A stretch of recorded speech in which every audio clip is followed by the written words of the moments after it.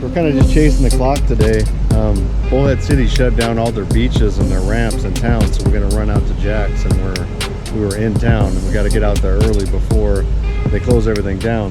Hopefully you guys don't mind me throwing a little Sea Doo stuff into the channel.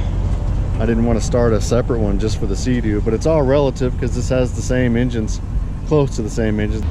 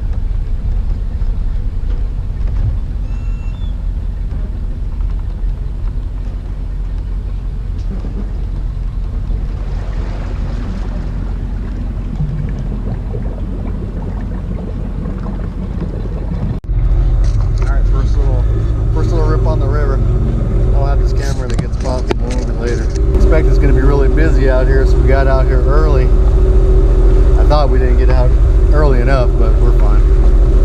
But it's going to get busy out here.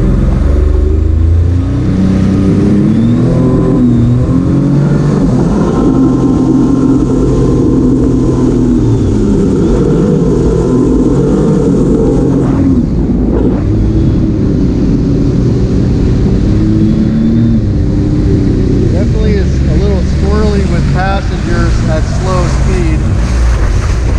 Ooh. Big wave.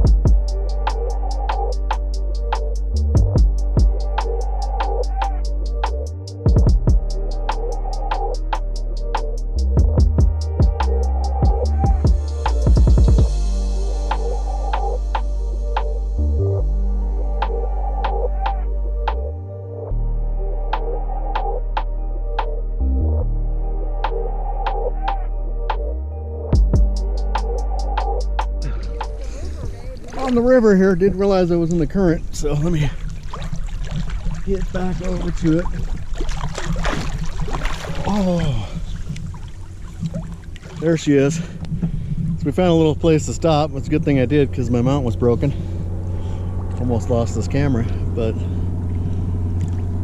so far the couple weeks that we've had it, it's pretty nice, pretty fast. Go check out the riverboat here, it's coming.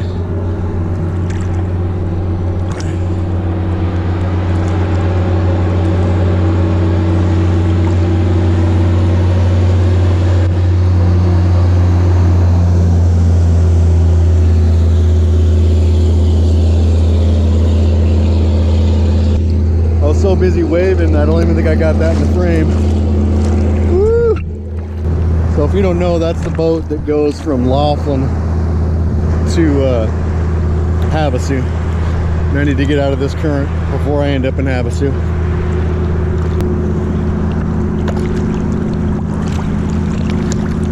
So far, I'm pretty impressed with it. It's definitely fast.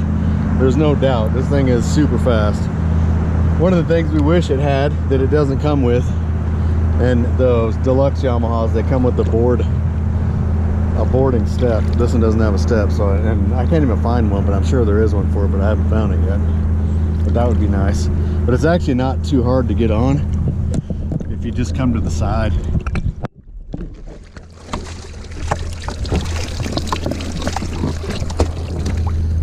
Just get on it from the side. It's pretty stable. As you can see, that it's stable. So with two people, it's a little squirrely, but you just have to make sure you use the trim. The trims on this, where you move the nozzle up and down, it makes a huge difference. Because when we were first taking off, I was just kind of leaving it low, and it had such a deep V on it that it's kind of unstable. It wants to bounce on that V, and then once you pick up some speed and trim it up, it gets past that and gets on the sponsons on the back, and then it gets steady. So around 28 miles an hour, or I don't know what that was, but around 28 miles an hour, it gets pretty stable. And then if you trim it up after that, you know, after you're going, super smooth. And it does make a difference. If you go to slow down and you don't trim it down, you'll immediately, when you get off the throttle, you'll get squirrely. So it's just like a boat, basically. You run that trim the same way you would an inboard outboard boat or outboard boat or whatever. Same way you trim it up and down. In sport mode, this thing is wicked fast. Definitely wicked fast. You barely give it the gas and you're going. So hopefully I got a little bit of that on this rear camera. I don't have a good cameraman on here, but we'll get that situated, so we'll have some better video coming out with it. But so far so good. Very cool. I definitely am jealous of you guys now that have the 250s in your Scarabs, the twins, because it must be crazy. You know, if you don't know, we have twin 150s in ours, so it's non-supercharged, just the normally aspirated engines. Still good enough in a 215. And I got a video coming about that too. People ask me all the time if they would go the 150s in a 250 in a 255, and you'd be surprised what my answer is when I make that video. For the guys that don't know why I have this boat and why I have it on my Scarab channel, is because this engine in here, the Rotax supercharged,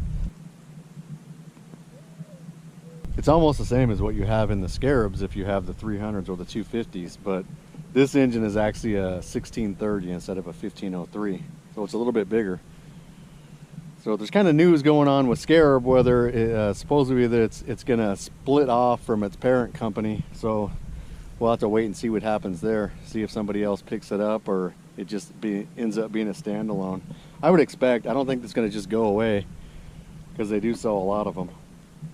It's the premier boat for Scarab. It's the only boat for Scarab. For us guys that have these things, we know that Scarabs are pretty much big Sea Doos. We're early getting out here, but this place would probably already be packed with jet skis. We're kind of a little bit a ways from Laughlin, so the people that don't know these areas don't come out this way anyway. It's a lot of rental boats, but for people that don't know what's going on, is Bullhead City closed all their beaches, so there's nowhere to launch from. You got to go all the way to Jack's, which is where we normally launch our Scarab from when we go on the river. But for everybody to have to go from Laughlin or Bullhead City all the way to Jack's to take a ski on, I'm sure that's not making a lot of people happy, but it is what it is. There are people that have houses that they live right on the river, and they usually have access, not even a block away from their house to launch their skis, and now they're having to figure out another way to get on. So we're kind of looking around. But it's a bummer for us, because we just moved our ski from our storage to the condos we've been staying at, and now we can't use those ramps, so now we got to drive right back to where my storage unit was pretty much to launch. But we'll figure it out. It's still better than not being on the river. But this is a fun toy for us for sure. Get some more video out of it. We're gonna try to get back on it as much as we can. Obviously, I don't do this full time. I mean, I have a job, and we don't live out here, and our stuff stays out here, so it is harder. So if you see why that takes me a week or two to get a video, sometimes longer, it's just because we can't get out here. and it's even harder right now with the COVID deal. But thanks for sticking with me, guys. Scarab, but this ain't a bad day out here on a ski. It's a nice little addition to the boat for sure. I know my friends, they'll come out and they'll dig having this for sure.